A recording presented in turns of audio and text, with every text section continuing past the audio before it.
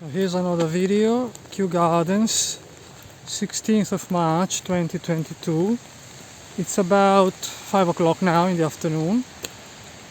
The gardens are basically deserted now because of the rain. So we got the beautiful camellias here. Mahonia coming into blossom there. Berberis. More camellias.